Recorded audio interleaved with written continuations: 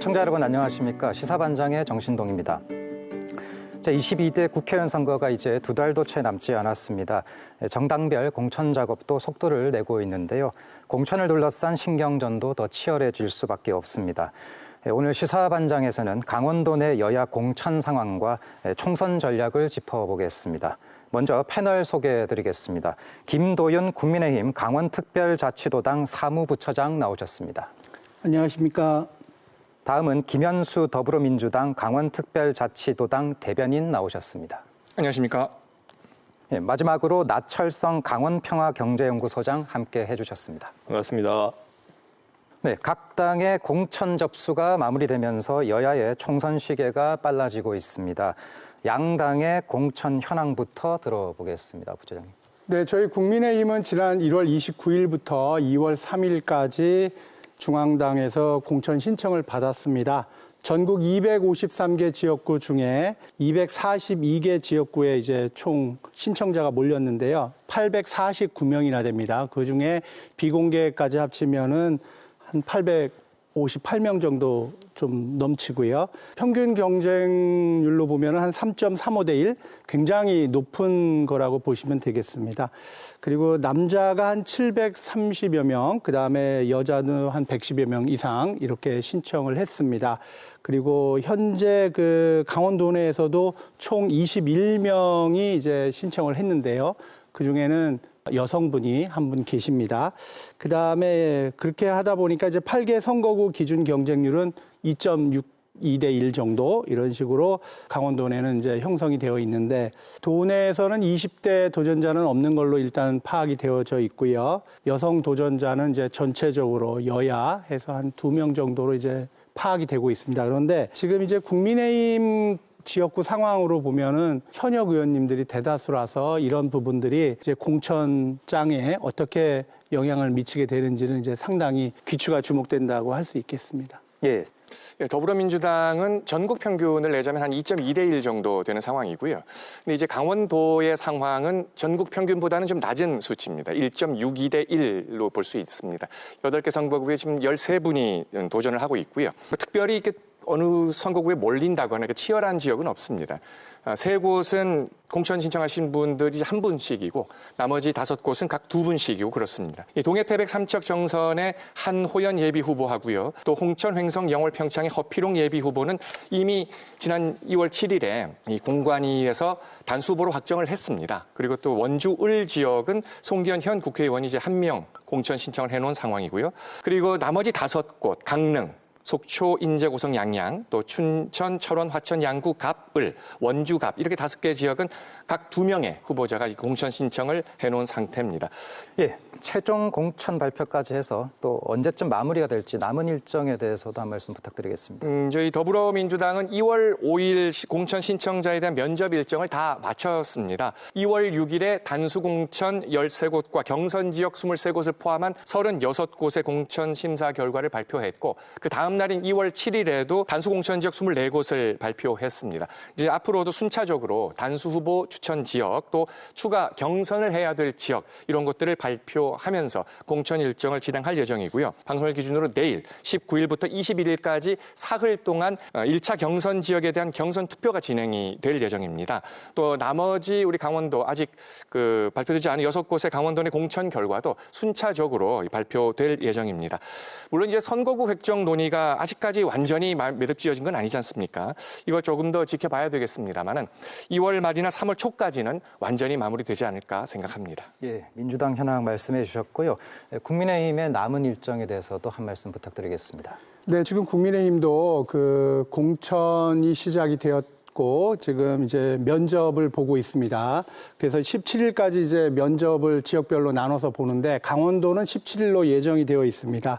이 면접이 끝나고 나면 저희도 경선 방식, 그다음에 단수 후보 추천, 그다음에 또 전략지, 우선 추천 지역 등등을 아마 발표하게 될 것입니다. 그래서 2월 말까지는 우리가 이제 공천을 일단 마무리 짓는다 이런 생각을 하고 있고요. 이제 이렇게 2월 말까지 공천이 완료되는 이 시점은 또 이제 상대가 있다 보니까 선거 운동에 빨리 전념할 수 있게 좀 해주려고 하는 당 차원의 또 배려도 있다 이런 말씀을 좀 드리고 싶습니다. 그래서 지금 컷오프 지역 등등 여러 가지 상황에서 지금 변수 지역들이 나오고 있습니다. 그래서 아마 긴장의 연속이라고 보시면 될 것 같습니다. 네, 공천 룰에 대한 질문을 좀 드려보겠습니다. 이번 선거에 거대 정당들의 내부 공천 룰을 확정하는데 많은 관심들이 있었습니다.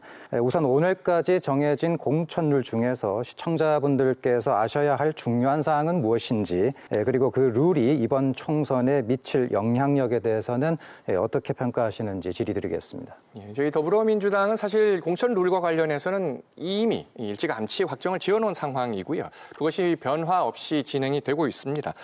지난해 5월 8일에 이미 확정을 했죠. 제22대 국회의원 선거 후보자 선출 규정을 특별 당규로 제정을 했고요. 그 내용을 보면은 권리당원 선거인단 투표 50%, 그리고 안심번호 선거인단 투표, ARS 투표 50% 이렇게 이걸 기본으로 하는 경선 룰을 정했고, 또 여성, 청년, 노인, 장애인, 정치 신인 등에 대한 가산 기준 등이 포함된 지역구 후보자에 대한 공천 룰을 일찌감치 이렇게 확정을 지어놨고요. 그것에 의해서 이제 19일부터 21일까지 진행되는 1차 경선, 이 경선 룰에 따른 이 규정에 의한 여론조사 결과, 또 경선 뭐 이런 것들이 가장 큰 영향력을 미칠 것이라고 봅니다.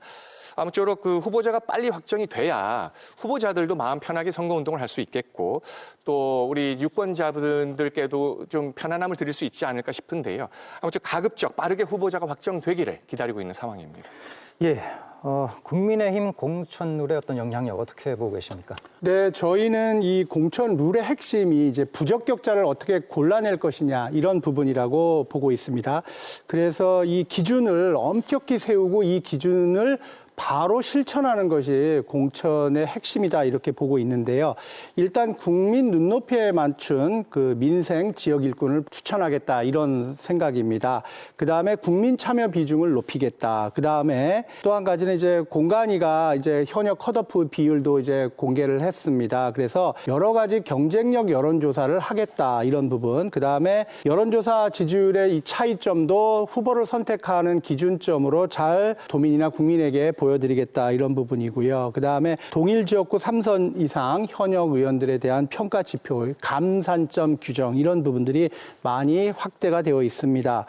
두 번째는 이 공간위에서 이번에 그 핵심적으로 보고 있는 것은 대한민국의 미래를 이제 좀먹는 그런 이제 4대 범죄들, 범죄악 이런 부분은 철저하게 배제하고 또 이런 공천에서 원천적으로 배제하겠다는 이런 각별한 각오를 가지고 있습니다. 그래서 이런 부분에 대한 후보 자질을 굉장히 엄격하게 잣대를 적용해서 검증하고 있다는 말씀 좀 드리겠습니다. 그다음에 경선 여론조사 비율 같은 경우에도 험지와 또 우리 상대적으로 국민의힘 지지율이 높은 지역을 달리함으로써 기존의 일방적인 어떤 그런 여론조사 비율이 아닙니다. 그래서 저는 이 약세 지역에 관련된 여러 가지 여론조사 비율 이런 부분도 매우 중요하다 이렇게 생각을 합니다. 그래서 한마디로 결론적으로 말씀드리면 이번에 공천 룰은 크게 보면 두 가지다. 하나는 지향점으로 대한민국을 살리는 공천을 하는 지향점에 있는 룰이 있고, 또 한 가지는 세부적 기준으로 후보의 도덕성 검증이라든지 능력을 검증하는 세부적 기준이 있다. 이렇게 보시면 될 것 같습니다. 예, 여야 모두 이번 총선에서는 대체로 도덕성 검증 기준이 강화된 것 같습니다. 구체적으로 어떤 도덕성 관련된 기준이 마련되어 있는지 두 당의 내용을 하나씩 들어보겠습니다. 네, 일단은 이제 범죄 관련 경력에 대한 부분이 상당히 엄격해졌습니다. 그래서 이제 신사대학과 4대 부적격 비리를 이제 구분해서 이런 사면 복권이나 이런 부분이 되더라도 공천을 원천 배제한다. 이런 부분은 굉장히 강화된 것입니다. 그래서 신사대학 같은 경우에는 성폭력 2차 가해, 뭐 직장 내 괴롭힘, 학교 폭력, 마약 범죄 이런 게 좀 포함이 되어 있고요. 4대 부적격 비리는 본인과 가족의 입시 그다음에 채용, 병역, 국적 비리 등 이런 부분들이 좀 강화가 되어 있습니다. 그리고 이와 별도로 기존에도 저희는 공천 후보를 결정할 때는 여러 가지 상황을 고려했었습니다. 그게 이제 범죄 경력인데요. 사기, 횡령, 뭐 살인, 강도, 입에 담지 못할 이런 범죄를 저지른 후보가 국민의 선택을 받는 일은 없도록 그동안도 저희가 잣대로 잘라냈었습니다. 그래서 이번에는 이거 기준 플러스 좀 더 세밀화됐다. 이렇게 좀 보시면 될 것 같고요. 이 음주운전도 굉장히 강화가 됐습니다. 예를 들어 음주운전에 대한 세부적 기준이 있고요. 음주운전을 단 한 차례도 그 윤창호법 이후에는 용납하지 않습니다. 그래서 이런 부분들이 집권 여당으로서 책임감 있는 후보, 일꾼을 공천하기 위한 모습이다. 이렇게 좀 이해해 주셨으면 고맙겠습니다. 예, 더불어민주당의 도덕성 관련된 검증 기준 어떤 상황입니까? 더불어민주당은 이번에 국민 참여 공천제를 시행을 했습니다. 그러니까 말 그대로 국민들이 참여해서 어떤 도덕적 기준을 정할 것인가를 기회를 드린 건데요.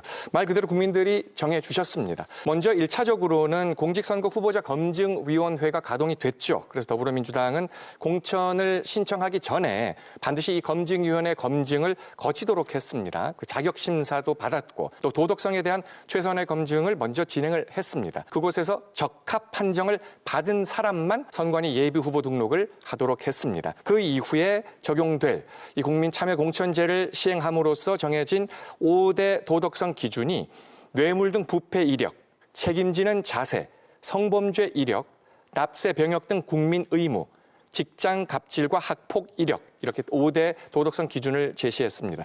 국민의힘도 지금 아주 엄격한 기준을 제시했고 저희들도 이렇게 명확한 기준이 있습니다. 무엇보다 우리 국민들을 위해서 여든 야든 모든 정당의 후보들이 이런 도덕성 기준이 정확하게 원칙대로 적용이 됐으면 좋겠다 하는 바람을 좀 말씀드리고 싶습니다. 예, 국민의힘은 당 역사상 첫 시스템 공천 도입을 선언했습니다. 어떤 외부의 영향력을 차단하고 사전에 마련된 투명한 시스템을 통해서 객관적이고 공정하게 공천을 진행하겠다라는 의미죠. 그런데 관심은 현역 의원들의 공천 배제, 소위 컷오프제에 쏠려 있는 것 같습니다. 시스템 공천이 강원도 내의 여권 중진 의원들에게 미칠 영향은 어떻게 보고 계십니까? 네, 사실 이 부분은 저는 굉장히 중요하다고 봅니다. 그런데 이제 시스템 공천에는 이런 게 있습니다. 여러 가지 지표들이 있습니다. 그래서 이 지표를 또 만족을 시키면 여러 가지 상황을 또 신인들보다는 빨리 또 극복할 수도 있는 부분이거든요. 그러니까 중진이기 때문에 정치적으로 좀 더 많은 역량들이 있을 수 있습니다. 저희가 엄연하게 현실적으로 보면. 근데 지금 사실 저희 국민의힘은 이기는 공천, 합리적인 공천에 방점을 두고 있습니다. 그래서 저는 이 영향을 어떻게 끌고 가는 것이 후보자 입장, 그다음에 현역 중진 의원님들의 기술이다. 이런 부분을 저는 매우 중요하게 봅니다. 그래서 일단은 이 강원도에서 윤석열 대통령님을 만들기 위한 노력, 이런 부분도 사실은 기여도 부분이 있고요.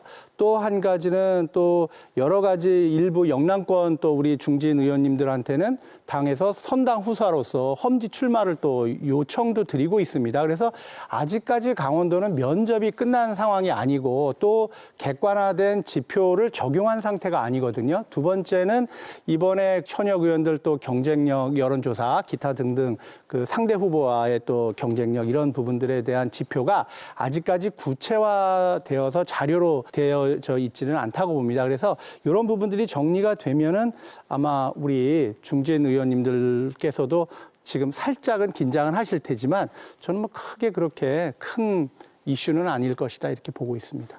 예, 현역 의원들의 컷오프는 조금 더 지켜봐야 된다라는 말씀해 주셨습니다.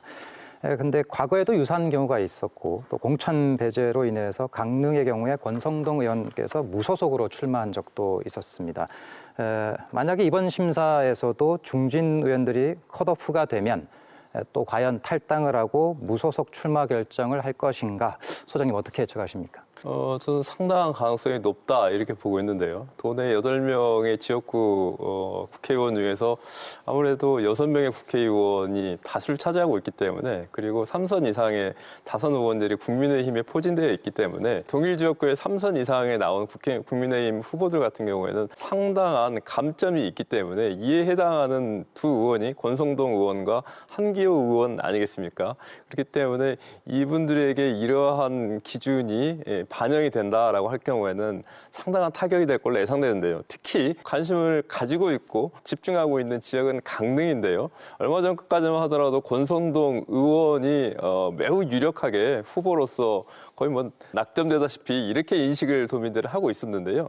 이번에 지난 전 시장인 김한근 시장이 복당이 허용이 되고 공천에 직접적으로 뛰어들게 됐고 또 오세인 광주 고검장 같은 경우도 전 고검장 같은 경우에도 이번에 공천에 참여하게 되면서 정말로 1차 컷오프에 누가 이 진입을 할지 또 컷오프 이후에는 본격 경선에서는 누가 실제 본선에 참여를 할지 이와 관련된 부분들에 대한 관심이 초집중되어 있는 상황들이기 때문에 이와 관련해서 공천에 특히 탈락한 후보자들 같은 경우에는 본선에 직접 튀어나올 수도 있는 상황들이 있기 때문에 강릉 지역이 초미의 관심이고 또한 강원 접경 지역 일대 춘천, 을로 대표되고 있는 이 철원, 화천, 양구 지역의 후보 같은 경우에도 이후에 공천 결과가 어떻게 나올지에 따라서 본선 판도를 흔들 수도 있다. 매우 유심히 지켜봐야 될 그런 변수이다라고 이렇게 좀 정의 내릴 수 있겠습니다. 예, 오늘 녹화가 설 연휴가 끝난 직후에 이루어지고 있는데요. 이제는 빠르게 전략 공천 지역도 결정될 것으로 보입니다. 당선이 유력한 특정 후보를 경선 과정 없이 입당 절차만으로 공천하게 되는 이 전략 공천, 양당에서는 이게 어떻게 진행되리라고 예상하고 계십니까? 네, 저희가 보는 관점에서는 지금 전략 공천이다, 우선 공천이 사실 같은 말이거든요. 그런데 이 용어 정의에 혼란이 없어야 됩니다. 일단은 이제 전략 공천이다 한다는 건 당에서 상당히 좀 전략적으로 인물을 공천해야지만 이길 수 있다. 이런 이제 관점으로 이해를 하셔야 됩니다. 그렇다 보니까 지금 강원도 내 상황은 저희가 어느 지역이 사실 이 전략 공천지에 들어가는지 사실 아무도 모릅니다. 왜냐하면 지금 공천관리위원회가 이 모든 자료를 외부에 알려주고 하고 있지는 않거든요. 그러니까 현역 의원의 평가, 그다음에 신인들의 평가 이런 부분들이 당에서 이 축적된 여러 가지 지표 조사는 있습니다. 분명히. 그런데 이거를 언제쯤 어떻게 공개하느냐에 따라서 이게 파장이 올 수 있거든요.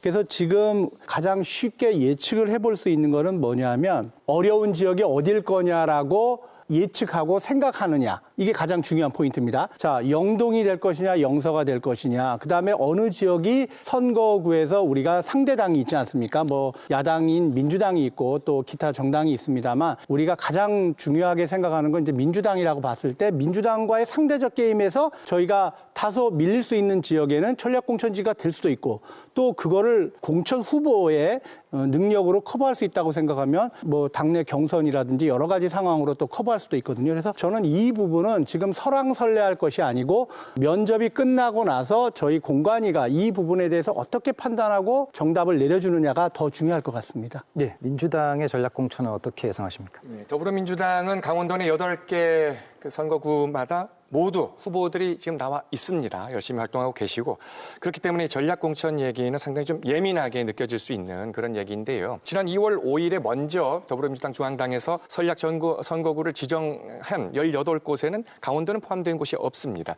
그 18곳은 현역 민주당 의원이 있는데 그 의원이 불출마를 선언한 곳 10곳하고 또 현역 의원이 있는데 탈당한 곳 8곳 해서 18곳이 전략 공천 지역으로 일단 지정이 됐고요. 앞으로도 한 20-30곳이 더 추가로 지정될 것으로는 예상이 됩니다만은 그곳에 강원도 선거구가 포함될지 여부는 아직은 알 수 없는 상황입니다. 하지만 분명한 것은 우리 강원도 내 8개 지역구 모두 출마하고자 하는 후보자들이 이렇게 나와 있는 상황이기 때문에 이 전략 공천을 이렇게 그냥 함부로 했다가는 오히려 혼란을 야기할 수 있다. 그렇기 때문에 중앙당 전략공천관리위원회가 아주 신중하게 판단을 해 주시기를 기다리고 있는 상황입니다.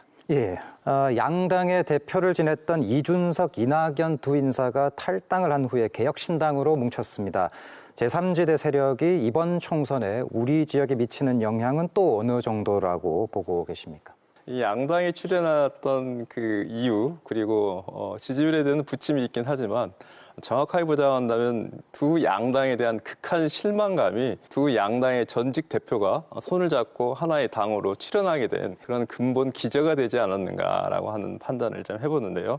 그렇다고 한다면 중요한 거는 개혁신당이 강원도에 미치는 영향이 어느 정도일까라고 하는 것들을 가름해 봐야 될 것 같은데요. 그건 전략적 차원을 떠나서 이제까지 나왔던 역대 선거의 흐름과 분포를 분석해 본다고 한다면 지난 1일 날 이낙연 대표의 지지 그룹으로 할 수 있는 새로운 미래 강원도당이 출범을 하지 않았습니까? 이름이 이제 개혁신당으로 바뀔 것 같은데요. 여기에 그 공동대표, 공동도당위원장으로 뽑혔던 분들을 몇 면을 보자고 한다면 조일현 전 국회의원 그리고 이종주, 유호준 전 도의원들이 함께하고 있는데요. 특히 조일현 후보 같은 경우에는 강원도 홍천 횡성 권역에 있어서의 다수의 국회의원을 역임을 했었고 지금도 상당한 세를 가지고 있는 걸로 확인되고 있는 의원이거든요.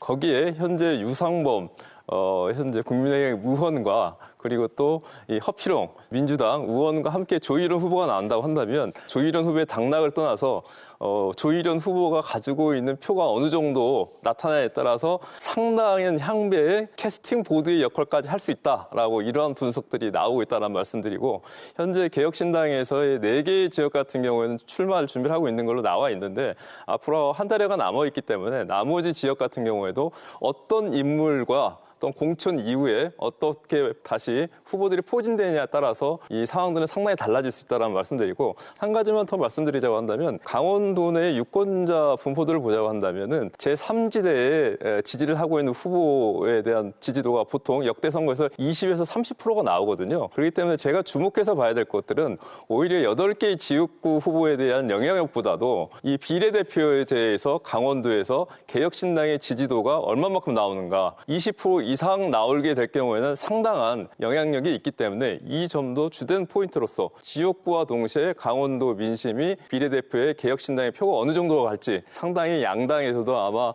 신경에 거슬릴 수 있는 부분들이지 않나 이렇게 좀 말씀드리고 싶습니다. 예, 제3지대 세력이 우리 지역에도 분명한 영향이 있을 것이다라고 또 예상을 해주셨습니다. 예, 강원도 내에서 양대 정당을 포함해서 강원도에 공천자를 내겠다는 정당은 총 5개라고 합니다. 경쟁률로는 5대1이지만 얼마 전 더불어민주당이 준연동형 비례대표제를 사실상 그대로 유지하는 결론을 내렸습니다. 소장님, 일단 이 준연동형 비례대표제 말이 굉장히 어려운데요. 설명을 좀 부탁드리겠습니다. 뭐 간단하고 좀 되도록이면 쉽고 명료하게 설명드리자고 한다면 현재 우리나라 국회의원 수는 300명입니다.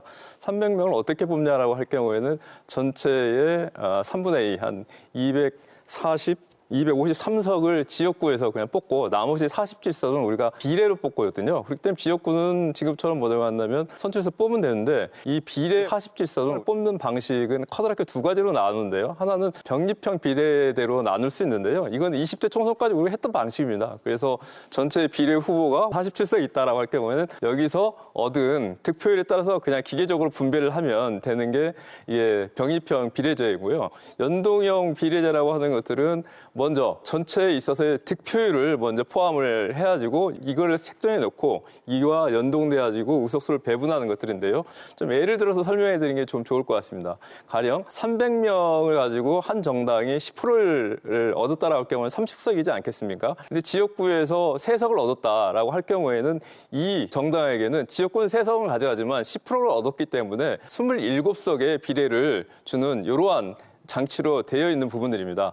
그런데 여기서 문제가 되는 건 뭐냐고 한다면 여기서 30석, 정해진 30석을 넘은 그러니까 민주당이나 국민의힘 같은 경우에 30석 충분히 넘지 않겠습니다. 어떻게 되겠냐라고 할 경우에는 일 경우에는 단 한 석도 가져가지 못하게 설계가 되어 있기 때문에 소수 정당, 그러니까 지역구에서 조금 당선은 되지만은 전체 정당 득표율은 많이 하는 정당 같은 경우에는 매우 유리한 이러한 정치 제도이고 하지만은 지역구에서 많이 당선된 정당 같은 경우는 오히려 한 석도 가져갈 수 없는 이러한 그 기계적 결함을 가지고 있기 때문에 이 양당, 그 군소 정당과 소수 정당과 다수 정당 간에 있어서의 이해관계가 첨예하게 나타난 부분들로 현재 정리되고 있습니다. 아무튼 그 준연동형이라고 한 것들은 독일로 보자고 한다면 전체 예를 들어서 600석이라고 할 경우에는 300석, 300석 양자가 공유되어 있는 데 비해서 저희 같은 경우에는 47석밖에 되지가 않기 때문에 전체 득표율에 대해서 다시 절반을 나눠가지고 좀 더 적게 배분하는 이러한 양상으로 치워지고 있는 선거제인데요. 아무튼 정당 투표와 관련돼서 이와 관련된 부분들에 있어서의 비례 방식을 나누는 약간 복잡한 내용을 가지고 있는 선거제도이다. 이렇게 좀 말씀드릴 수 있겠습니다. 예, 약간 복잡합니다만 이미 한번 경험을 했는데요. 준연동형 비례대표제로 또다시 위성정당이 출연하게 되면 과거 병립형 비례대표제와 큰 차이도 없을 수 있고 또 소수정당을 위한다는 취지도 잘 못 살리는 데다가 결국 거대 양당에 또 너무 유리한 선거가 되는 거 아닌가. 강원도와 같은 지역은 더더군다나 소수정당이 설 자리가 없다는 그런 시각도 있습니다. 이거 어떻게 보고 계십니까, 소장님? 이건 이재명 대표가 이와 관련된 입장이 표명되면서 거의 정석화되어가는 분위기인데요. 이와 관련된 책임은 명료하게 민주당에서 좀 져야 될 것 같습니다. 한국 정치사에서 정말 있었어서 안 된 파행이 다시 한번 되는 것들인데요. 이러한 준연동형제를 실시하게 된다고 한다면 이른바 소수 정당에 있어서의 줄 세우기, 해바라기, 꼼수 라고 하는 위성 이런 것들을 얘기할 뿐만 아니라 이런 비판이 나올 수밖에 없는 이유가 뭐냐고 한다면 준연동형 제도 될 경우에는 지역구에서 다수당을 가진 정당이 불리하기 때문에 현재 지난 21대 총선에서 양거대 정당이 어떻게 했냐면 아예 비례대표는 내지 않고 유선 정당인 더불어시민당과 그때 한국의 미래인가요? 이러한 별도의 정당을 만들어 놓고 거기에 당선시키고 난 이후에 있어서 당선이 된 이후에 있어서는 당을 해체하거나 흡수를 하게 되면서 말 그대로의 정말로 선거 제도를 기형화해버리는 이런 파행적 결과를 낳기 때문에 4년 동안 이거 하나는 고치겠다라고 양당에서 정말로 목소리 높여 요구하고 또 주장해왔었는데요. 이번 역시도 저번으로 다시 전대로 돌아간다라고 하는 것들은 정말로 이거는 국민의 참 비극이다. 라고 이렇게 좀 말씀드리고 싶고 언제까지 이러한 악행이 계속돼야 될지 답답한 측면도 있다 말씀드리고 싶습니다. 예, 4년간 치유하지 못한 어떤 국민의 비극이라고까지 말씀해 주셨습니다.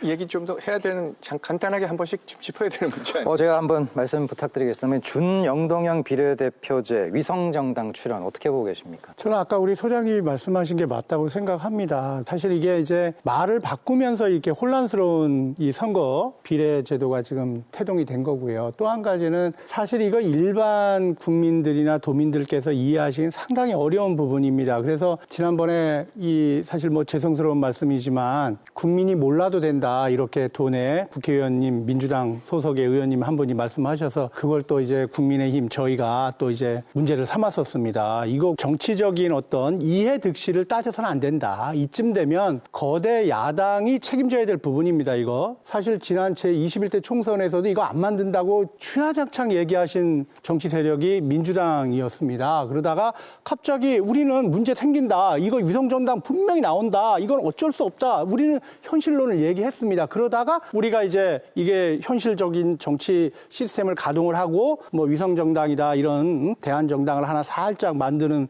부분을 하니까 바로 치고 들어와서 지금 사실 가장 문제가 되고 분란이 생겨진 건 야권 세력들이 이 비례제도로 인해서 많이 혼란스럽고 싸움도 있었습니다. 그래서 저는 오늘 모처럼 우리 나 소장님께서 말씀하신 거 책임지는 정치 세력을 분명하게 심판해 주셔야지만 이런 비례제도는 뜯어고칠 수 있다. 저는 이렇게 생각합니다. 예, 거대 야당의 책임이 분명히 있다라고 지적을 해주셨는데 아마 대변인께서 하실 말씀이 많으실 것 같습니다. 이 말씀 들으면서 사실은 우리 김도윤 처장님 말씀이 영화 대사처럼 어이가 없습니다. 사실은. 역사는 앞으로 나아가야 되는 거 아닙니까? 뒤로 갑니까? 우리가 뒤로 가기 위해서 정치합니까? 앞으로 가기 위해서 정치하는 거 아닙니까? 우리가 민주주의라는 제도를 아직 100년도 시행하지 않았습니다. 그죠? 이제 100년도 되지 않았으나 이만큼 발전시켜 왔습니다. 국민이 노력으로. 그런데 우리보다 훨씬 더 가장 이상적인 제도라고 하는 민의가 가장 잘 반영된다고 하는 제도, 의회 제도, 이 선거 제도를 어디라고 우리가 얘기를 하죠, 주로? 독일 제도를 얘기합니다. 그죠? 그럼 이 세상에 신처럼 완벽한 건 없다고 치면 가장 인간이 만들어낸 제도 중에서 우리 대한민국 국민 수천만이 투표를 하는 그 의사가 의석수에 그대로 반영될 수 있기에 가장 이상적인 인간이 만든 제도는 독일식 연동형이라고 보자 이거예요. 이재명 대표는 그것으로 가자고 했던 겁니다. 가기 위해서 노력했고요. 가자고 했지 않습니까? 원래 그 전에 병립형을 하다가 한 걸음 가까이 간 게 준연동형인데 그렇게 거대 정당인 민주당과 국민의힘이 비례로 그대로 했을 경우에는 가져갈 의석이 없으니까 위성정당 만든 거 아닙니까? 그래서 이번에는 정확하게 연동형으로 가지 못하면 준연동형으로 갈지라도 위성정당이라도 만들지 말자고 계속 제안을 했잖아요. 한두 번이 아니라 계속 했잖아요. 근데 그 위성정당 만들지 말자는 법안을 반대한 게 국민의힘이거든요. 그런데 이제 이렇게 말씀하셔서 제가 어이가 없다고 말씀드린 거고. 자, 그러면 아까 소장님 말씀하신, 그러면 이게 민주당의 책임이라고 표현하면 국민들이 오해하실 수 있는데, 그러면 병리평으로 가자는 말씀인가요? 과거로 다시 가자는 말씀인가요? 지금 체제에서 병리평으로 가면 민주당으로서는 사실 땡큐죠. 더 많은 의석을 압도적으로 가질 수 있으니까요. 그럼에도 불구하고 그래서 민주당에서도 이번에 사실은 여러 의원님들이 병리평으로 가자는 목소리들이 나왔던 거 아닙니까? 실제로 준연동형 비례대표제 결정되기 이재명 대표 입에서 나오기 전까지는 최종 나오기 전까지는 병리평으로 가야 가는 분위기였습니다. 그러나 역사를 뒤로 가기 위해서 정치하는 게 아니라는 대의로 결국 다시 지난번 거라도 하자라고 한 거 아닙니까? 그러니까 국민 여러분께서는 우리가 앞으로 나아가고 있다. 나아가고 이번에도 한 걸음 더 나아가야 되는데 결국 발목이 잡혀서 지난번 걸음에서 나마 지금 멈추었다라고 이해를 하시면 되는 겁니다. 그나마 그걸 조금 더 나아가기 위해서 이번엔 특별한 비례 정당을 만들기 위해서 민주당은 이 비례대표제의 그 위성정당과 다른 형태의 위성정당을 만들기 위한 제도적 개선을 이번에 지금 정한 거고요. 우리 앞으로 나아가는 정치를 했으면 좋겠다. 그런 차원에서 이번에 병리평으로 회귀하지 않고 그나마 준연동형 비례대표제를 선언한 것은 민주당으로서는 손해를 감수하고라도 앞으로 나아가는 정치를 하고자 하는 지향을 밝힌 겁니다. 그렇게 여러분 이해해 주시면 좋겠습니다. 예. 저는 이 부분 상당히 제가 이렇게 우리 이제 민주당 쪽 얘기를 들어보니까 맞는 것 같아요. 저희도 맞는 얘기입니다. 어느 쪽이 더 맞느냐는 이제 국민들이 판단하고 도민들이 판단해 주셔야 되는데 저는 이런 겁니다. 말을 바꿔서 작년에 했던 말, 올해 했던 말이 달라져서는 안 된다. 그래서 저는 제가 아까도 말씀드렸지만 이 선거제도는 옳고 그름의 문제가 아닙니다. 선택의 문제고 이 선택과 운영의 문제입니다. 운영과 선택을 잘못할 거라고 예측을 해줬습니다. 국민의힘이. 이런 문제점이 앞으로도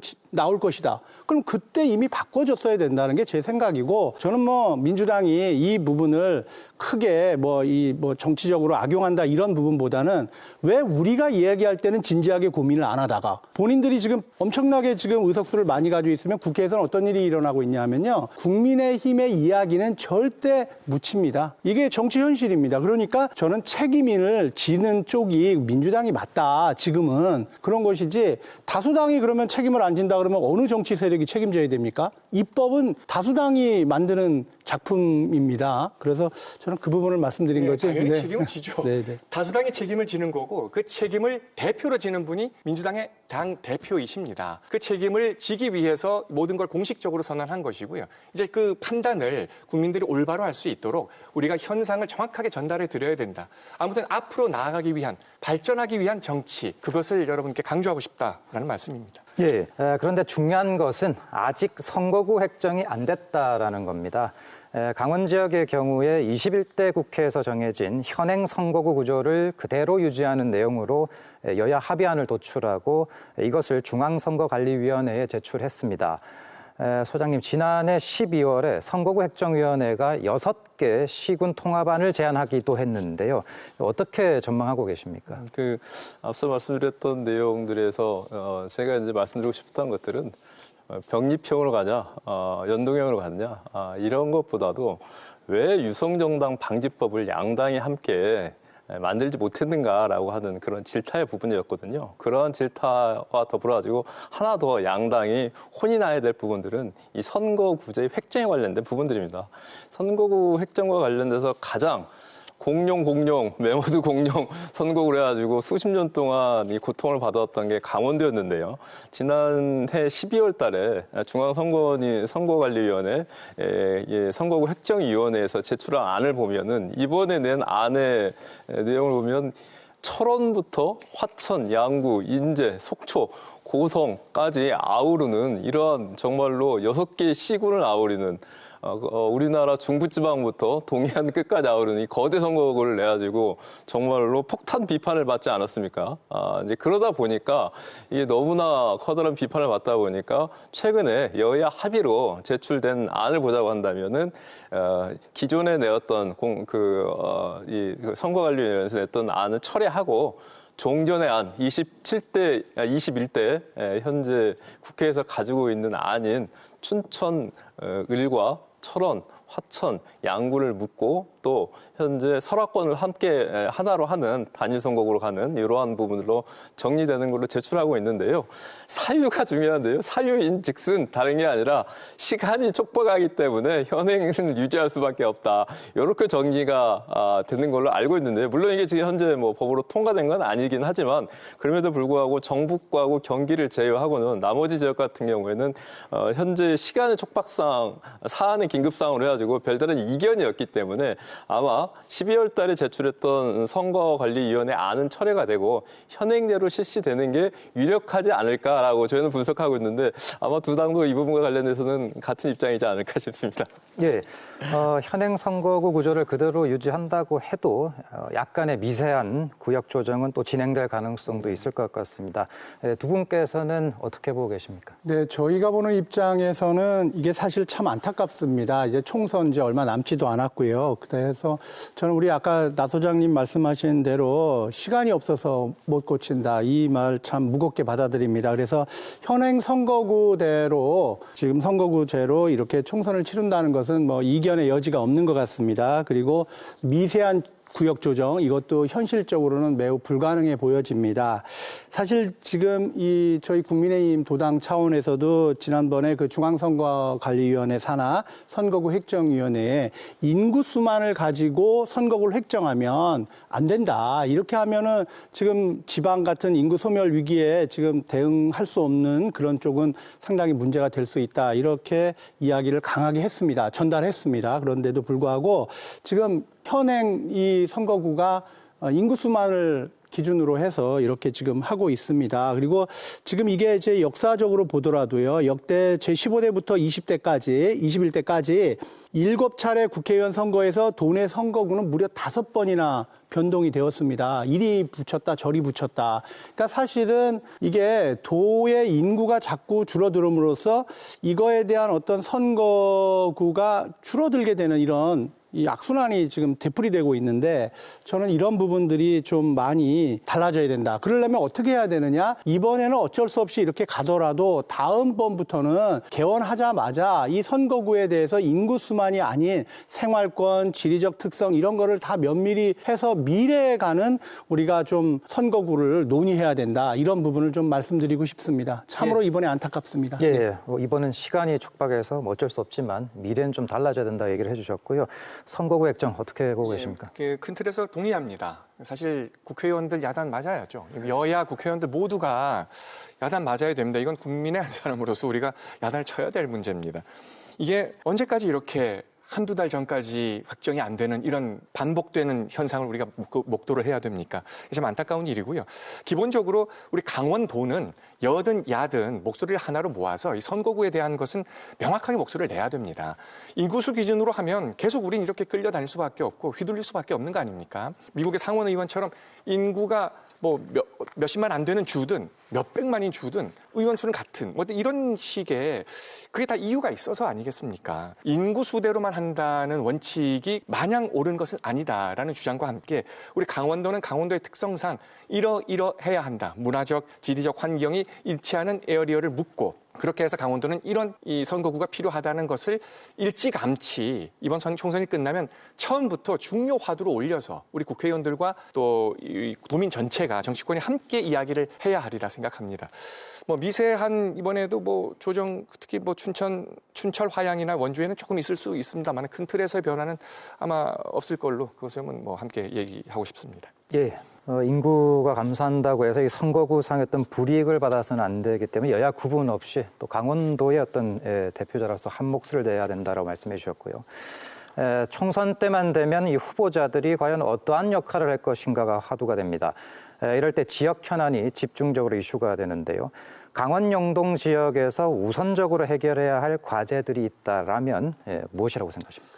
영동 지역의 우선 과제, 뭐 일일이 한 건 한 건 얘기를 언급을 하자면 뭐 시간을 밤새도 모자랄 것 같습니다.